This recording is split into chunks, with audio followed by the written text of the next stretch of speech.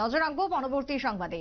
কংগ্রেসের সংহতি পদযাত্রা চলছে গোটা রাজ্য জুড়ে, যার মধ্যে আজকে শান্তিবাজারে পরিলক্ষিত হলো সংহতি পদযাত্রা। ধর্মনিরপেক্ষ ভারত গড়া, ঐক্যবদ্ধ ভারত গড়ার লক্ষ্যকে সামনে রেখে সংহতি পদযাত্রায় পা মিলিয়েছেন কংগ্রেস কর্মীরা।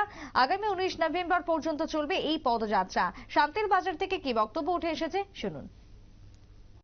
আমাদের একটাই উদ্দেশ্য, সারা রাজ্যব্যাপী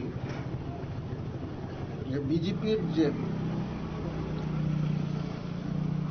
একটা মিথ্যা প্রতিশ্রুতি দিয়ে জনসাধারণকে একটা বিভ্রান্তি সৃষ্টি করেছে, সে বিভ্রান্তি থেকে তাদেরকে বের করে আনা এবং সার্বিক উন্নয়নের লক্ষ্যে কংগ্রেসের হাতকে শক্ত করে কংগ্রেসকে আগামী দিনে সরকারে প্রতিষ্ঠিত করে এবং সার্বিক উন্নয়নের লক্ষ্যে কাজ করে আমাদের উদ্দেশ্য। কারণ আমরা দেখতে পাচ্ছি নরেন্দ্র মোদীজির 200 করোড় বছরে 200 করোড় যে চাকরির প্রতিশ্রুতি, সেটা মিথ্যে।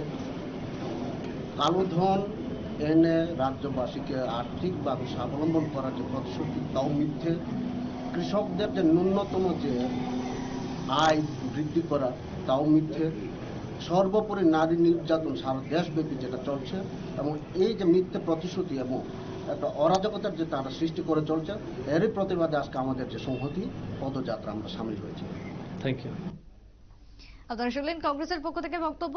ইতিমধ্যে সংহতি পদযাত্রাকে কেন্দ্র করে তারা গোটা ভারতবর্ষের ধর্মনিরপেক্ষ, ঐক্যবদ্ধ এবং উন্নততর ভারত গড়ার ডাক, প্রগতিশীল ভারত গড়ার ডাক সামনে রেখে আজকে শান্তির বাজারে তাদের এই সংহতি পদযাত্রার আয়োজন হলো। ছোট্ট বিরতির পর ফিরছি, সঙ্গে থাকুন।